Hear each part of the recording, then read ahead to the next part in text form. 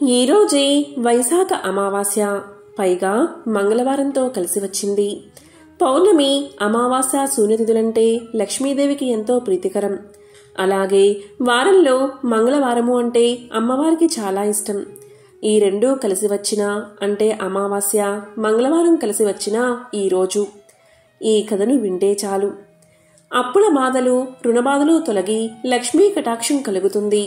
మరి ఆ కథ ఏంటో ఇప్పుడు ఈ వీడియోలో తెలుసుకుందాం. ఈ కథ గరుడ పురాణంలోనిది. పూర్వం కృతయుగంలో వంగా అను దేశంలో బభ్రు వాహనుడు అనే రాజు ఉండేవాడు.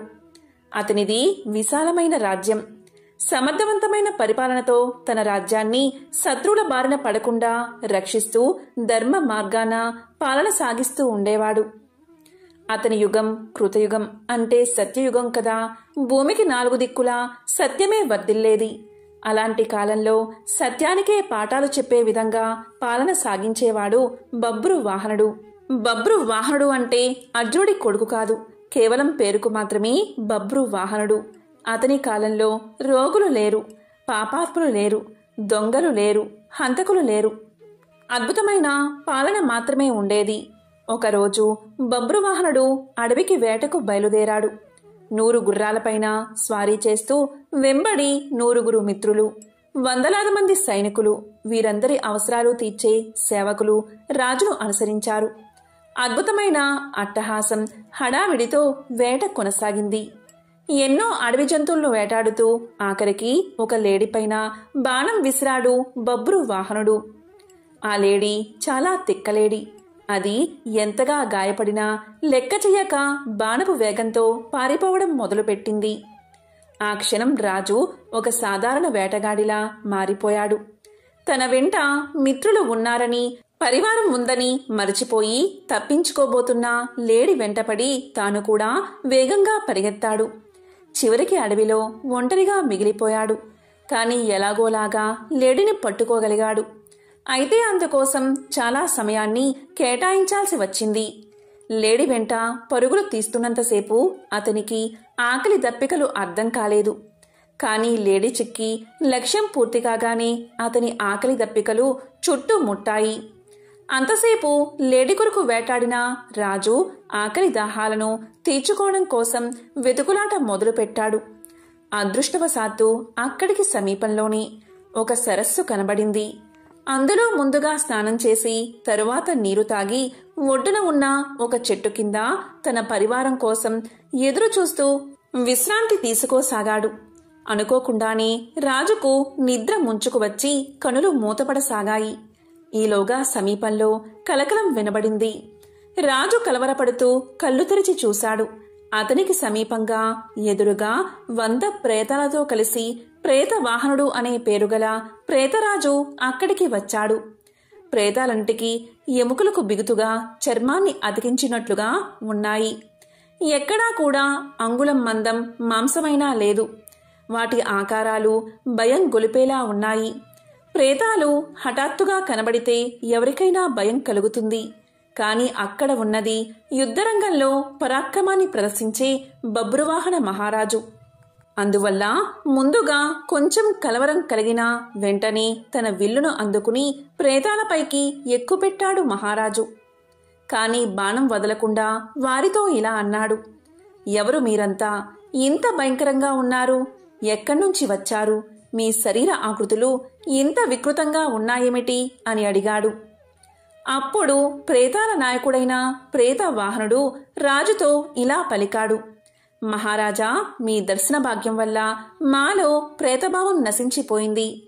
మాకు ఉత్తమ గతులు ఇక లభించే తీరతాయి అన్నాడు. ప్రేత వాహనుడి మాటలు రాజుకు అర్థం కాలేదు. అదే విషయం రాజు ఇలా అన్నాడు. ఓ ప్రేతమా, నువ్వేమి మాట్లాడుతున్నావు? నాకు అర్థం కావడం లేదు. నాకు అర్థమయ్యేలా చెప్పు అన్నాడు. దానికి ప్రేతవాహనుడు ఇలా పలికాడు. రాజా, ఈ ప్రేతాలన్నీ ఒకప్పుడు మనుషులే. కాని చేసుకున్న పాపాల వల్ల ప్రేతాలుగా మారిపోయాయి. ఎవరికైతే అగ్ని సంస్కారం, శ్రాద్ధం, తర్పణం జరగవో వారంతా ప్రేతాలై తిరుగుతారు. అంతేకాదు, నమ్మక ద్రోహులు, పాపాలకు ప్రాయశ్చిత్తం చేసుకొనివారు, తాగుబోతులు, దొంగతనం చేసేవారు, ఈర్ష, అసూయ, ద్వేషాలతో కాలం గడిపేవారు. గురుపత్నిని చరిచినవారు, ఒకరి ఆస్తిని అన్యాయంగా లాక్కున్నవారు, పరుల సొమ్ముకు ఆశపడిన వారు మొదలైన తప్పుడు పనులు చేసేవారంతా ప్రేతాలుగా మారతారు. మేమంతా ఇలా వచ్చిన వారమే. రాజా, మాకు తిండి దొరకదు, నీరు దొరకదు. దీంతో మేము ఆకలి దప్పికతో అలమటించిపోతూ ఉంటాం. మాకు ఎవరు శ్రాద్ధం కాని పిండం కాని పెట్టరు. అందుకే మేము ఇలా మిగిలిపోయాము. ఇలా మిగిలిపోయిన వారికి రాజే అపరక్రియలు జరపాలి. అలా జరపడం వల్ల మేము ప్రేత రూపం నుండి విముక్తి పొందుతాం. అలాగే మీరు కూడా గొప్ప పుణ్యాన్ని సంపాదించుకుంటారు. రాజా, బతికి ఉన్నంతసేపు వీరు నావారు, వీరు నావారు అనుకుంటాం. కానీ చివరకు ఎవరూ ఉండరు. కొడుకులు, భార్య, వీరు మన అవసరం కోసం, మన స్వార్థం కొరకు మన వల్ల పుట్టుకు వచ్చిన వారే. మనం వారి అవసరం తీర్చినంత కాలం వారి చేత గౌరవించబడతాము. తరువాత మన అవసరం ఉండదు. అప్పుడు వారి నుండి గౌరవం లభించదు. మనిషి చచ్చాక ధనం ఇంటి దగ్గరే ఉండిపోతుంది. బంధువులు శ్మశానం దగ్గర విడిపోతారు. శరీరం కాష్టం దగ్గర విడిపోతుంది. ఇక విడిపోయాక పరలోకం దాకా వచ్చేవి పాప పుణ్యాలే అని చెప్పాడు ప్రేత వాహనుడు. అప్పుడు బబ్రు వాహనుడు ఇలా పలికాడు. ఓ ప్రేతవాహన, చాలా తెలిసినవాడిలా మాట్లాడుతున్నావు. ఇంతకీ నీవు ఎవరు? నీవు మనిషిగా ఉన్నప్పుడు నీవు ఎవరు అని అడిగాడు. దానికి ప్రేతవాహనుడు ఇలా సమాధానం చెప్పాడు. ఓ రాజా, ప్రేతంగా మారడానికి ముందు నేను ఒక ధనికుడైన వైశ్యుణ్ణి.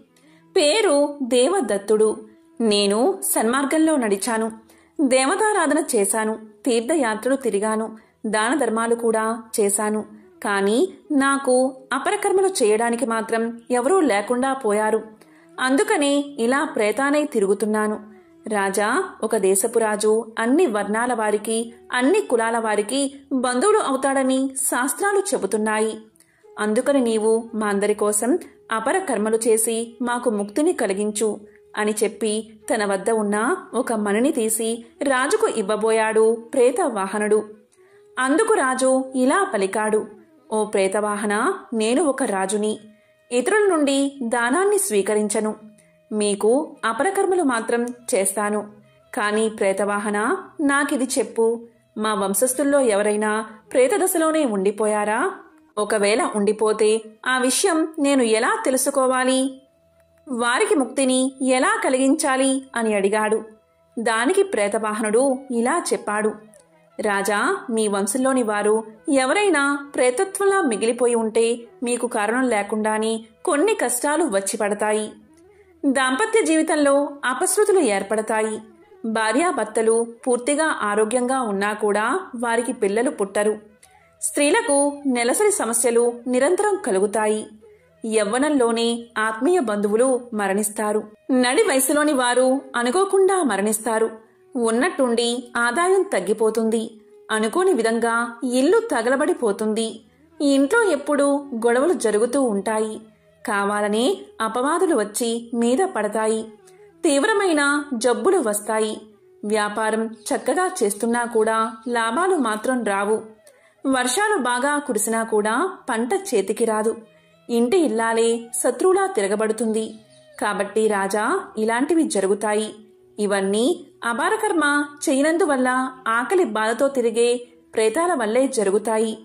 కాబట్టి మన వంశం వారు ఎవరైనా ప్రేతాల్లా మారి తిరుగుతున్నారా అని ఇలా గుర్తించవచ్చు అని చెప్పాడు ప్రేతవాహనుడు. ఇదంతా విన్న తర్వాత బబ్రువాహన మహారాజు తన నగరానికి వెళ్లి ప్రేతాల విముక్తి కోసం శ్రాద్ధ అపరకర్మలు చేయించాడు. అంతటితో ప్రేతవాహనుడికి, అతనితో ఉన్న ప్రేతాలకు విముక్తి కలిగింది. వారంతా ఎంతో సంతోషంగా స్వర్గాన్ని చేరుకున్నారు. ఇది గరుడ పురాణంలోని కథ. సకల శుభాలు కలిగే స్కంద పురాణంలోని పవిత్రమైన కథను ఇప్పుడు తెలుసుకుందాం. పూర్వం అవంతిపురంలో నంది అనే వైశ్యుడు ఉండేవాడు. అతను గొప్ప శివభక్తుడు. ప్రతిరోజు నగరానికి సమీపంలో ఉన్న ఒక అడవికి వెళ్లి అక్కడ ఉన్న ప్రాచీన శివలింగాన్ని అర్చించేవాడు. శాస్త్ర విధానంగా శివుడికి ప్రతిరోజు పంచామృతాలతో అభిషేకం చేసి షోడశోపచారాలతో ఆయన్ని విధి విధానాలతో పూజించేవాడు. పూజలో భాగంగా వివిధ రకాల పుష్పాలు, ఫలాలు, ముత్యాలు, ఇంద్రనీలాలు, మాణిక్యాలు, వైడూర్యాలు లింగానికి సమర్పించేవాడు. ఈ విధంగా అడవిలో ఉన్న ఆ శివలింగం నంది చేత రకరకాల పూజలతో ఎన్నో సంవత్సరాలు పూజించబడింది. ఒకనాడు అడవి మృగాలను వేటాడే కిరాతుడు ఒకడు వేటాడుతూ అక్కడికి వచ్చాడు. అతనికి ప్రాచీన శివలింగం ఉన్న ఆలయం కనిపించింది. అక్కడికి వచ్చేసరికి కిరాతుడికి ఎంతో దాహం వేసింది. అటూ ఇటూ చూశాడు. దగ్గర్లో ఒక సరోవరం కనిపించింది.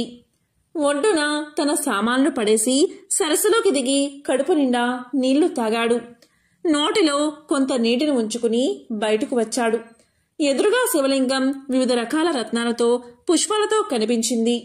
కిరాతుడు సరాసరి శివలింగం దగ్గరకు వెళ్లి అక్కడున్న రత్నాలను పక్కకు తోసేసి తాను నోటిలో తెచ్చిన నీళ్లతో లింగానికి స్నానం చేయించాడు. పక్కనే బిల్వ వృక్షముంది. దాని ఆకులు తెచ్చి స్వామి మీద వేశాడు. అలాగే వేటాడి తెచ్చిన మాంసం ముక్కలను సంచి నుండి తీసి స్వామికి నైవేద్యం పెట్టాడు. ఇలా తనకు తోచిన రీతిలో శివపూజ చేసిన ఆ కిరాతుడు ఇలా అన్నాడు: స్వామి శంకర, నిన్ను చూస్తే నాకు ఎంతో ఆనందంగా ఉంది. ప్రతిరోజు నీకు ఇలాగే పూజలు చేస్తాను. నన్ను కరుణించు స్వామి అని వేడుకున్నాడు. ప్రతిరోజు కిరాతుడు అక్కడికి వచ్చి ఇదే విధంగా పూజలు చేయడం ప్రారంభించాడు. వైశ్యుడైన నంది కూడా ప్రతిరోజు స్వామిని పూజించడానికి ఆ ఆలయానికి వెళ్లాడు. ఈ విధంగా రత్నాలు, వజ్ర వైడూర్యాలు చిందరవిందరగా పడి ఉండడం గమనిస్తూ ఉండాడు. ఒకరోజు నంది ఎంతో బాధపడుతూ, అయ్యో, నేను ఏదో పాపం చేసి ఉంటాను. నా పూజలో ఏదో లోపముంది. నేను చేసే పూజ స్వామికి నచ్చట్లేదేమో. ఇదంతా నా దురదృష్టం అని చింతిస్తూ ఇంటికి గుడి నుండి తిరిగి వచ్చాడు. నంది దీనంగా ఉండడం చూసి ఒక పురోహితుడు, అయ్యా, ఎందుకు అలా ఉన్నారు అని అడిగాడు. దానికి నంది, ఓ బ్రాహ్మణోత్తమా, నేను ఈరోజు శివపూజ కోసం అడవికి వెళ్లాను. అక్కడ శివుడి ముందు ఉన్న మాంసాన్ని చూశాను. ఇంతకుముందు నేను చేసిన పూజనంతా ఎవరో చిందరవందర చేస్తున్నారు. దానివల్లే నాకు ఈ బాధ. నేను పెట్టిన నైవేద్యాన్ని చెడగొట్టి మాంసాన్ని నైవేద్యంగా పెట్టిన వాడెవడో నాకు కనిపించలేదు. ఇప్పుడు నేనేం చెయ్యాలి అని అడిగాడు. దానికి పురోహితుడు నందితో ఇలా అన్నాడు: అయ్యా, మీరేమీ బాధపడకండి. రేపు పొద్దుట నేను కూడా మీతో వస్తాను. ఇద్దరం కలిసి అక్కడికి వెళ్దాం. రోజూ వచ్చి మీ పూజ చెడగొట్టేవాడెవడో తెలుసుకుందామని ధైర్యాన్ని చెప్పాడు. అదేవిధంగా ఆ మర్నాడు ఇద్దరూ కలిసి వనంలో ఉన్న శివలింగం దగ్గరకు వెళ్లారు. పురోహితుడు రుద్రాధ్యాయాన్ని పఠిస్తూ ఉండగా నంది చక్కగా లింగానికి ఏకాదశ రుద్రాభిషేకం చేశాడు. తరువాత యథావిధిగా రత్నాలు, పుష్పాలు సమర్పించి షోడశోపచార పూజ కూడా వైభవంగా చేశాడు. ఇలా 2 జాముల కాలం గడిచింది. అప్పుడు మహాకాలుడిలా నల్లగా ఎత్తుగా ఉన్న కిరాతుడు చేతిలో ధనస్సు బాణం పట్టుకుని అక్కడకు వచ్చాడు. ఎంతో భయంకరంగా ఉన్న ఆ కిరాతకుడిని చూసి నంది భయపడిపోయాడు. అతనితో పాటు పక్కనే ఉన్న పురోహితుడు కూడా, అతని బృందం కూడా వణికిపోయారు. ప్రతిరోజు చేసినట్లే ఆ కిరాతుడు వాళ్ళని పట్టించుకోకుండా అప్పటిదాకా వారు చేసిన పూజా ద్రవ్యాలని పక్కకు తోసేసి పుక్కెటి జలంతో స్వామికి అభిషేకం చేసి మాంసం నైవేద్యంగా పెట్టి మారేడు దళాన్ని స్వామికి సమర్పించి సాష్టాంగ నమస్కారం చేసి తిరిగి తన దారిన తాను వెళ్లిపోయాడు. ఈ దృశ్యాన్నంతా చూసిన నందికి, అతని పురోహిత బృందానికి ఎంతో ఆశ్చర్యం కలిగింది. దానితో నంది ఇంటికి వచ్చి పండితులందరినీ సమావేశపరిచి విషయాన్ని వివరంగా వారికి చెప్పాడు. ఓ విప్రులారా, ఇప్పుడు నేనేం చెయ్యాలో మీరే చెప్పండి అని సలహా అడిగాడు. అప్పుడు పండితులు నందితో ఇలా చెప్పారు: అయ్యా, నీవు ఎంతో పవిత్రంగా చేసే పూజ ప్రతిరోజు పాడు చేయబడుతుంది. ఇక శివలింగం అక్కడ ఉండటం మంచిది కాదు. మీరు వెంటనే దాన్ని తీసుకువచ్చి మీ గృహంలో ప్రతిష్ఠించండి. అదే మీకు శ్రేయస్కరమని సలహా ఇచ్చారు. దానితో నంది పండితుల మాట ప్రకారం అడవిలో ఉన్న లింగాన్ని తెచ్చి తన ఇంట్లోనే స్థాపించి యథావిధిగా రత్నాలతో పూజించాడు. అక్కడికి కిరాతుడు మర్నాడు వచ్చి చూసేసరికి శివలింగం కనిపించలేదు. ఒక్కసారిగా అతనికి దుఃఖం ముంచుకొచ్చింది. దాంతో ఇలా అన్నాడు: ప్రభు శంకర, నన్ను వదిలి ఎక్కడికి వెళ్ళావు? నిన్ను చూడకపోతే నా మనసు ఎంతో బాధపడుతుంది. ప్రభు, నన్ను కరుణించు. నీవు రాకపోతే నా ప్రాణాల్ని వదిలేస్తాను. పరమేశ్వర, కరుణించు అని తీవ్రంగా విలిపించాడు. అయినా శివుడు సాక్షాత్కరించలేదు. వెంటనే అన్నమాట నిలబెట్టుకోవాలని భావించిన కిరాతుడు తన గోళ్లతో గుండెను చీల్చుకుని రోషంగా అరుస్తూ, ప్రభు, ఇదిగో నా గుండె, నీకోసమే తెచ్చాను, ఇప్పటికైనా నాకు కనబడు అని పిలిచాడు. ఆ వెంటనే లోపల పేగుల్ని మాంసాన్ని బయటకు తీసి పక్కన పడేశాడు. ఇక పూర్తిగా ఓపిక నశించి రక్తం దారలుగా కారిపోతూ ఉండగా అలాగే అక్కడే కుప్ప కూలిపోయాడు. అంతలో దివ్య కాంతులు వెదజల్లుతూ ప్రమద గణాలతో సహా శివుడు అక్కడ ప్రత్యక్షమయ్యాడు. కర్పూర కాంతులతో ప్రకాశిస్తూ జటాజూటదారి అయిన శివుడు త్రిశూలాన్ని చంద్రశేఖరుణ్ణి ధరించి శివుడు కిరాతకుడి చెయ్యి పట్టుకుని పైకి లేబి అతని గాయాలన్నీ పోగొట్టాడు. ఎంతో ప్రేమగా ఇలా పలికాడు, కిరాతక, నీవెంతో గొప్ప భక్తుడివి. నాకు సంతృప్తి కలిగేలా పూజలు చేశావు. నా కోసం ప్రాణాలు సమర్పించడానికైనా సిద్ధపడ్డావు. నీ భక్తి అనన్య సామాన్యం. నీకేం వరం కావాలో కోరుకో అన్నాడు. ఇక శివుడి మాటలు వినగానే కిరాతకుడికి ఎంతో ఆనందం కలిగింది. వెంటనే ఆయన పాదాల మీద పడి, ప్రభు, నేను నీ దాసుణ్ణి. నాకు జన్మ జన్మల్లో నీ మీద అచంచలమైన భక్తి ఉండేలా అనుగ్రహించు. నీవే నాకు తల్లి, తండ్రి, గురువు, దైవం, బంధువు, మిత్రుడు కూడా. ఇక నాకు వేరే కోరిక లేదు. నిన్ను దర్శిస్తూ ఉంటే చాలు అని వినయంగా పలికాడు. కిరాతకుడి నిష్కలమైన భక్తికి శివుడు ఎంతో చలించిపోయి కిరాతకుడిని తన శివ మందిరానికి ద్వారపాలకుడిగా నియమించాడు. అదే సమయంలో దేవదుందుబులు మోగాయి. ఆ ధ్వని పక్కనే ఉన్న నంది ఇంటిదాకా వినిపించింది. అడవిలో దివ్యమైన ధ్వనులు వినబడేసరికి నంది ఎంతో కంగారుగా పరుగు పరుగున అక్కడికి వచ్చాడు. అక్కడ ఎదురుగా తన్మడై నిల్చున్న కిరాతకుణ్ణి చూశాడు. ఎంతో అద్భుతం జరిగిందని నందికి అనిపించింది. వెంటనే కిరాతుడి చేతులు పట్టుకుని, అయ్యా, నీవు కూడా నాలాగే శివభక్తుడివి. నిన్ను అనుగ్రహించడానికి సాక్షాత్తు శివుడే ఇక్కడికి వచ్చాడు అనిపిస్తుంది. దయచేసి నన్ను కూడా శివుడి దగ్గరకు తీసుకువెళ్ళు. ఆ స్వామి దర్శనాన్ని నాకు కల్పించు అని ప్రార్థించాడు. నంది ప్రార్థన వినగానే గుణవంతుడైన కిరాతుడు అతని చెయ్యి పట్టుకుని శివుడి దగ్గరకు తీసుకువచ్చి శివుడికి చూపించి, శివ, ఇతడు నంది. నిత్యము నిన్ను రత్నాలతో పూజించేవాడు. ఇతడు నా మిత్రుడు అని పరిచయం చేశాడు.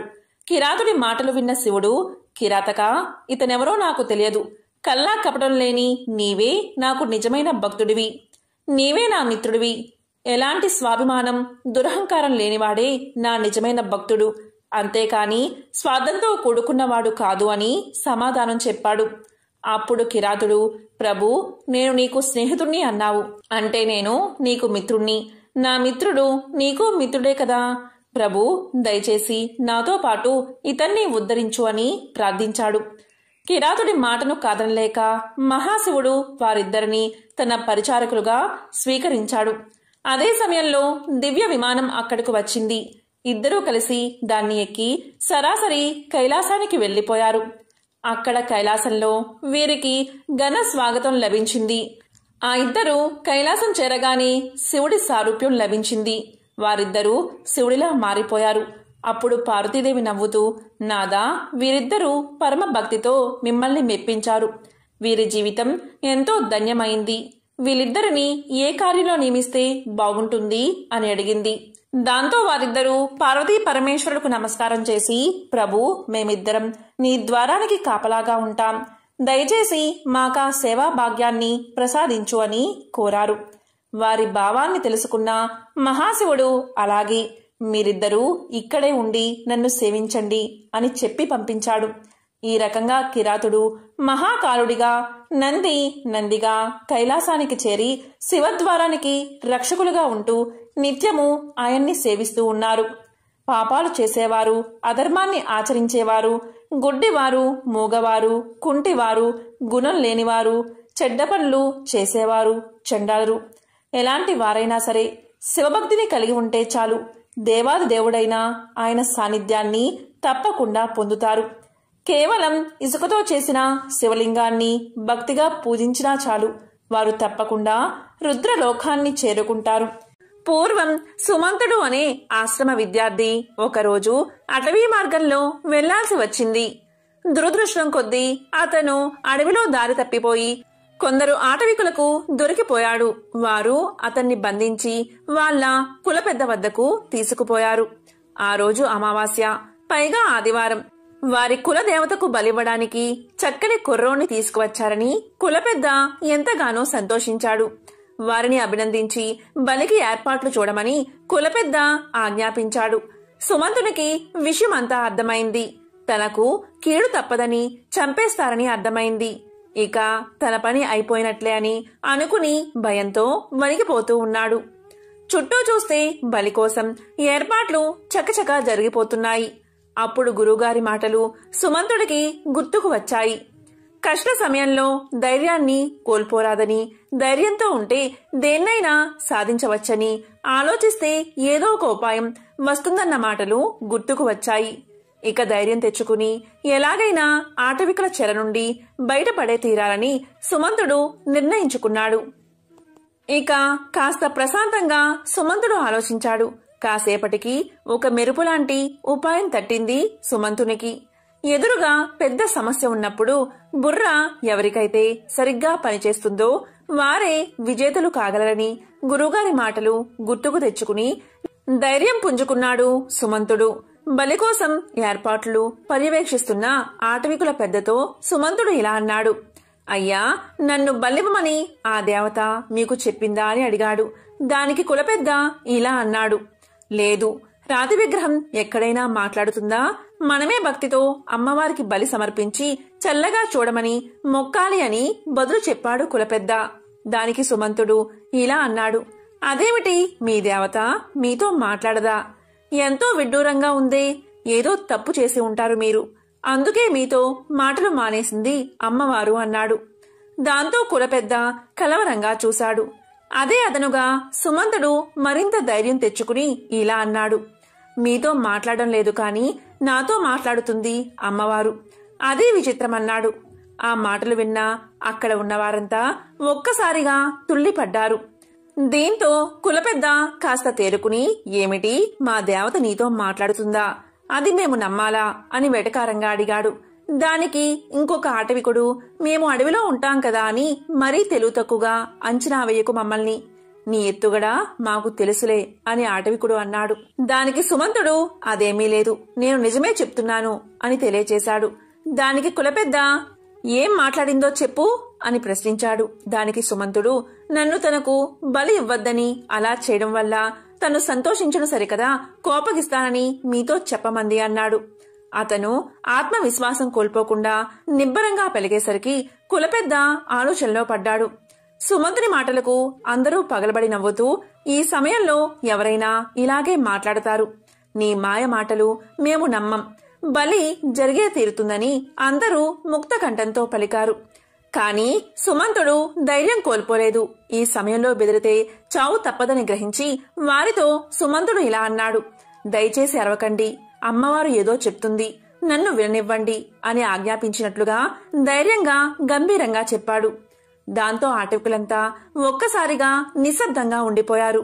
ఇక సుమంతుడు చెవిపై చెయ్యి పెట్టుకుని వింటున్నట్లుగా నటిస్తున్నాడు. మధ్య మధ్యలో సరేనమ్మా సరేనమ్మా అంటూ శ్రద్ధగా వింటున్నట్లుగా నమ్మించాడు. ఇక పరుగున వెళ్లి విగ్రహం యొక్క పాదాల మీద పడి నమస్కారం చేసి వెనక్కి వచ్చి నిలబడ్డాడు. చుట్టూ ఉన్నవారికి అంతా అయోమయంగా ఉంది. విడ్డూరంగా చూస్తున్నారు ఆ జనం. నిజంగా తల్లి అతనితో మాట్లాడిందా అని అనుమానంలో పడ్డారు. ఇక సుమంతుడు కుల పెద్ద వైపు తిరిగి, అయ్యా, తల్లి చెప్పిన మాటలు మీతో చెప్తున్నాను. ఈరోజు పట్టపగలు కొంత సమయం రాత్రిగా మారితే నన్ను విడిచిపెట్టమని, లేకుంటే బలి ఇవ్వమని చెప్పింది తల్లి. తల్లి మాట ప్రకారం కొంతసేపు వేచి చూడండి. ఆమె చెప్పిన ప్రకారం జరగకపోతే నేనే స్వయంగా బలిపీఠం ఎక్కుతాను అనగానే కులపెద్ద సరే అన్నాడు. కులపెద్ద మళ్ళీ ఇలా అన్నాడు. ఈ విషయం మాలో ఎవరికీ చెప్పకుండా నీతోనే ఎందుకు చెప్పింది అమ్మవారు అని ప్రశ్నించాడు. దానికి సుమంతుడు ఏమాత్రం తడబడకుండా, మీరు నన్ను ఎత్తుకుని రావడమే అమ్మవారికి ఇష్టం లేదు. అందుకే మీ పట్ల అమ్మవారు అలిగిందని చెప్పి మరింత నమ్మకంగా చెప్పాడు. ఇక కులపెద్ద, అతను ఒక రుజువు చెప్పాడు కదా, అందరూ ఆ సమయం వరకు వేచి ఉండండి, తేడా వస్తే అప్పుడే బలిద్దామన్నాడు. అందరూ కులపెద్ద మాటలు గౌరవించి ఊరుకున్నారు. ఆ రోజు సంపూర్ణ సూర్యగ్రహణం ఉండటంతో సుమంతుడు చాలా ధీమాగా ఉన్నాడు. అందరూ ఆకాశం వైపు చూస్తూ ఉండగా రావలసిన సమయం రానే వచ్చింది. గ్రహణం పట్టి అడవంతా చీకటైపోయింది. సుమంతుని మాట నిజం కావడంతో ఆ అటవికులంతా జయ ధ్వనులు చేస్తూ తల్లి పాదాల మీద పడి లెంపలు వేసుకున్నారు. ఇటువంటి గ్రహణం గత 80 సంవత్సరాలుగా రాలేదని గతంలో గురువుగారు చెప్పారు. అంత వయస్సు కలవారు ఆ గూడెంలో లేకపోవడంతో సుమంతుని పథకం పారింది. ఆటవికులు సుమంతుని పట్ల ఎంతో భక్తితో గురుకులం తోవ వరకు దిగబెట్టి క్షమించమని వేడుకున్నారు. ఇక సుమంతుడు ఊపిరి పీల్చుకుని ఆశ్రమం చేరుకున్నాడు. ఒకానొకప్పుడు కాశీ క్షేత్రంలో ఒక రోడ్డు పక్కగా రామశాస్త్రి, సీతమ్మ అనే దంపతులు కాపురం చేస్తూ ఉండేవారు. చుట్టుపక్కల కొన్ని మైళ్ళ దూరంలో ఉన్న గ్రామాలకు వెళ్లి భిక్షాటన చేసి రామశాస్త్రి తెచ్చిన బియ్యంతో వారు జీవిస్తూ ఉండేవారు. సీతమ్మ గయ్యాలి, కాని దానశీలత కలది. దారిన పోయే యాత్రికులకు ఏవైపు చూసినా 4 మైళ్ళ దూరంలో ఎలాంటి సత్రమూ లేదు. ఈ బ్రాహ్మణ గృహంలో వారు భోజనం అడిగి తింటూ ఉండేవారు. ఉన్నంతలో సీతమ్మ అడిగిన వారికి లేదనకుండా ఆతిథ్యమిచ్చి అన్నం పెట్టేది. ఇలా ఏ రోజు తెచ్చిన బియ్యం ఆ రోజే ఖర్చయిపోతూ ఉంటే రామశాస్త్రికి ఎంతో కష్టంగా ఉన్నా భార్య నోటికి భయపడి మౌనంగా ఉండేవాడు. ఇంతలో రామశాస్త్రి తన అన్నగారు ప్రాణాపాయ స్థితిలో ఉన్న వార్త తెలుసుకుని కొన్ని అటుకులు మూట కట్టుకుని రామశాస్త్రి ప్రయాణమై 2 రోజులకు సగం దూరం మాత్రం నడవగలిగాడు. తెచ్చిన అటుకులు మొదటి రోజే ఖర్చయిపోయాయి. ఇక 2వ రోజు ఏమీ తినకుండా ప్రయాణం చేశాడు. ఇక 3వ రోజు మధ్యాహ్నం వేళకు ఎలాగోలాగా నడవగలిగాడు. రామశాస్త్రికి ఆకలి అధికంగా ఉండి ఎండ బాగా కాస్తుండటంతో ఒక్క అడుగు కూడా వేయలేకపోయాడు. దీంతో రామశాస్త్రి ఒక చెట్టు కింద చతికిలబడిపోయాడు. రామశాస్త్రి యొక్క అవస్థ చూసిన ఒక కోయవాడు జాలిపడి తన గుడిసెకు తీసుకుపోయి గుడిసెలో ఉన్న అన్నాన్ని పెట్టాడు. ఇంతలో కోయవాని భార్య వచ్చి సంగతి తెలుసుకుని తనకు అన్నం లేకుండా చేశాడని భర్తతో తగాదా పెట్టుకుంది. ఆ తగాదా కాస్త పెద్ద కొట్లాటగా మారి కోయవాని భార్య ఒక చురకత్తిని గబగబా తీసి కోయవాని గొంతులో పొడిచి పారిపోతూ ఉండగా కోయవాడు ఆమెపై ఒక బల్లాన్ని విసిరాడు. ఆ కోయ దంపతులు అక్కడికక్కడే గాయపడి గిలగిలా తన్నుకుని రామశాస్త్రి ఎదురుగానే చనిపోయారు. ఇదంతా చూసిన రామశాస్త్రి తనకి ఏమి ప్రమాదం వస్తుందో అని తన దారిన తాను వెళ్లిపోయాడు. కాని వారి మరణానికి తాను కారణమయ్యానని కళ్ళవెంట నీళ్లు కారుస్తూ మహా దుఃఖంతో నడక సాగిస్తున్నాడు. ఆ నడుస్తున్న రామశాస్త్రికి ఎదురుగా ఒక వృద్ధ బ్రాహ్మడు వచ్చి ఇలా పలికాడు. నీ దుఃఖానికి కారణమేమిటి అని అడిగాడు. దానికి రామశాస్త్రి జరిగిందంతా చెప్పాడు. ఆ వృద్ధ బ్రాహ్మణుడు రామశాస్త్రికి ఎన్నో విధాలుగా నచ్చచెప్పాడు. కాని రామశాస్త్రికి దుఃఖం ఆగడం లేదు. ఆకలితో ఉన్న నన్ను కాపాడిన ఆ బోయవానికి ఇలాంటి దుర్గతి కలిగింది. అన్నదానానికి ఇదేనా ఫలితం అని మాటిమాటికి అతను తలకొట్టుకుని దుఃఖిస్తున్నాడు. దానికి వృద్ధ బ్రాహ్మణుడు ఇలా చెప్పాడు. కాదు నాయనా, ఆ బోయవాడు వచ్చే జన్మలో మహా ఐశ్వర్యాన్ని అనుభవిస్తాడు. అన్నదానానికి మించిన దానం మరొకటి లేదు. అది ఎంతో పుణ్యాన్ని కలిగిస్తుంది. ఆ పుణ్యం అతని వెంటే ఉంటుంది అని వృద్ధ బ్రాహ్మణుడు చెప్పినా రామశాస్త్రి నమ్మలేదు. దుఃఖిస్తూనే ఉన్నాడు. ఇక చివరగా వృద్ధ బ్రాహ్మణుడు ఇలా పలికాడు. రామశాస్త్రి, ఈ దేశాన్ని ఏలే రాజుకి ఈ రోజు నుంచి ఖచ్చితంగా 7వ రోజు కుమారుడు జన్మిస్తాడు. ఆ బిడ్డ పుట్టకముందే నీవు అన్నదాన ఫలం గురించి ఆ బిడ్డను ప్రశ్నిస్తే నీకే సమాధానం దొరుకుతుంది అని చెప్పి ఆ వృద్ధ బ్రాహ్మణుడు తన దారిన తాను వెళ్లిపోయాడు. వృద్ధ బ్రాహ్మణుడి మాటలు విన్న రామశాస్త్రి ఆ సాయంత్రానికే అన్నగారి ఇల్లు చేరుకున్నాడు. అన్నగారికి ప్రాణాపాయ స్థితి దాటిపోయి క్రమంగా బాగవడం చూసి ఇక ఆ దేశాన్ని ఏలే రాజుగారి నగరానికి ప్రయాణమై 2 రోజులకు రాజుగారి కోటకు చేరుకున్నాడు రామశాస్త్రి. అక్కడ రామశాస్త్రి కొంతమందిని అడగగా వారు ఇలా చెప్పారు: మా రాజుగారికి సంతానం లేదు. ఎన్నో వ్రతాలు చేస్తే ఇప్పుడు రాణి గర్భవతి అయ్యింది. నేడో రేపో ఆమె ప్రసవించడానికి సిద్ధంగా ఉంది అని చెప్పారు. రామశాస్త్రి ఆ మాటలు విని వృద్ధ బ్రాహ్మణుడు చెప్పిన మాటల మీద నమ్మకం కలిగి ఒక ఉపాయాన్ని ఆలోచించి రాజుగారి బిడ్డచే అన్నదానం ఫలం గురించి చెప్పించాలి అనుకున్నాడు. ఇక అతను ఒక జ్యోతిష్కుని వలె, మంత్రవేత్త వలె వేషాన్ని ధరించి రాజుగారిని దర్శించి ఇలా పలికాడు: రాజా, నేటికి సరిగ్గా 4వ రోజు తమకు పుత్రుడు జన్మిస్తాడు. అంతేకాదు, ఏ పుణ్యం వల్ల తమ గర్భవాసాన జన్మించాడో ఆ విషయం కూడా ఆ శిశువు నోటితోనే నేను చెప్పిస్తాను అని చెప్పగానే అక్కడి వారంతా ఆశ్చర్యపోయారు. అప్పుడే పుట్టిన శిశువు మాట్లాడడం ఏమిటి అని అందరూ ఒకరినొకరు ముఖాలు చూసుకున్నారు. అదంతా విన్న రాజు ఇలా పలికాడు: మీ మాటల మీద నాకు నమ్మకం ఉంది. ఒకవేళ నా కుమారుడు మాట్లాడకపోతే ఏం చెయ్యాలి అని అడిగాడు. దానికి రామశాస్త్రి, రాజా, నేను అలా మాట్లాడించకపోతే నా తల తీయించేయండి అని గంభీరంగా పలికాడు. దానికి రాజు ఇలా అన్నాడు: ఓ పండితా, నేను మీకు ఏమి ఏర్పాట్లు చెయ్యాలి అని అడిగాడు. దానికి రామశాస్త్రి, రాజా, మీరు ఏమీ చెయ్యాల్సిన పనిలేదు. పుట్టిన శిశువును పుట్టినట్టుగా బొడ్డు కొయ్యకుండా, గుడ్డ తగలకుండా బంగారు పల్లెంలో పడుకోబెట్టి నా ఎదురుకు తీసుకురండి అని పలకగానే రాజు దానికి సమ్మతించాడు. ఖచ్చితంగా 4వ రోజున రాణిగారికి ప్రసవ వేదన ప్రారంభమైన వార్త తెలుసుకున్న రాజుగారు రామశాస్త్రిని పిలిపించారు. రామశాస్త్రి చెప్పినట్లే రాణి మగ శిశువును ప్రసవించింది. ఇక బొడ్డు కొయ్యకుండా బంగారు పల్లెంలో శిశువును పడుకోబెట్టి రామశాస్త్రి దగ్గరకు తీసుకువచ్చారు. ఆ శిశువుతో రామశాస్త్రి ఇలా అన్నాడు: ఓయ్, నీ వృత్తాంతమేమిటి అని అడిగాడు. అలా అడిగిన వెంటనే శిశువు ఇలా పలికాడు: అయ్యా, నీవు చెట్టు కింద ఆకలితో సొమ్మసిల్లి పడి ఉండగా నిన్ను నా గుడిసెకు తీసుకుపోయి నీకు అన్నం పెట్టిన పుణ్యఫలం వల్ల నాకీ జన్మ కలిగినది. నీకు అన్నం పెట్టినందుకు నాతో గొడవపడి నన్ను కత్తితో పొడిచి నా బల్లెంతో చచ్చిన నా భార్య నేటికి 3వ రోజున మా పెద్ద పంది గర్భంలో 6వ పిల్లగా జన్మిస్తుంది.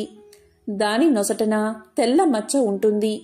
కావస్తే నువ్వు వెళ్ళి చూడు అని ఆ శిశువు పలికి మౌనంగా ఉండిపోయింది. ఇక ఆ శిశువుకు బొడ్డు కొయ్యగానే పూర్వజ్ఞానం తొలగిపోయి కెవ్వు కెవ్వుమని ఏడవడం మొదలుపెట్టింది. ఇదంతా చూసిన రాజు రామశాస్త్రికి ఒక అగ్రహారాన్ని బహుమతిగా రాయించి గౌరవంగా పంపాడు.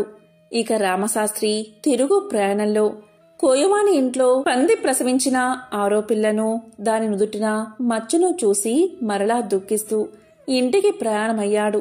అలా వెళ్తున్న రామశాస్త్రికి ఇంతకు ముందు ఎదురువచ్చిన వృద్ధ బ్రాహ్మణుడు మళ్లీ ఎదురువచ్చి, రామశాస్త్రి, అన్నదాన ఫలితాన్ని స్వయంగా తెలుసుకున్నావు కదా, కాని మళ్లీ ఎందుకు బాధపడుతున్నావు అని ప్రశ్నించాడు.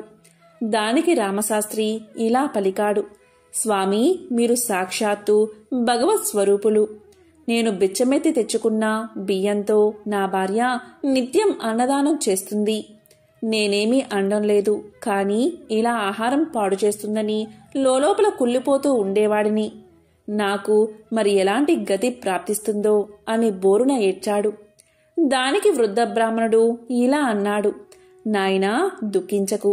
నీ చేతులారా దాన ధర్మాలు చేయకపోయినా నీవు తెచ్చిన బియ్యాన్ని నీ భార్య అన్నదానం చేస్తుంది. నీ భార్య అన్నదానం చేయడం వల్ల ఆ దానఫలం నీకు కూడా వస్తుంది. కాబట్టే రాజుగారు నీకు అగ్రహారాన్ని బహుకరించారు. ఇక నుండి నీకు వచ్చే సంపాదనతో దాన ధర్మాలు, అన్నదానం చేస్తే నీకంతా మేలే జరుగుతుందని చెప్పి వృద్ధ బ్రాహ్మణుడు వెళ్లిపోయాడు. ఇదంతా విన్న రామశాస్త్రి ఎంతో ఆనందంతో ఇంటికి వెళ్లి భార్యకు జరిగింది చెప్పి భార్యను అగ్రహారానికి తీసుకువెళ్లి దాన ధర్మాలు చేస్తూ అన్నదానం చేస్తూ ఆనందంగా జీవించారు. కాబట్టి అన్నదానం అంత గొప్పది. ఎంతో పవిత్రమైన మౌని అమావాస్య రోజు, పైగా శుక్రవారం రోజు ఈ కథను విన్నా, చదివినా, చెప్పినా, వినిపించినా జన్మల దోషాలు తొలగి కోటి జన్మల పుణ్యం వస్తుంది. లక్ష్మీనారాయణల అనుగ్రహం మీకు కలుగుతుంది. ఓం శ్రీ మహాలక్ష్మియే నమః. ఓం శ్రీ మాత్రే నమః.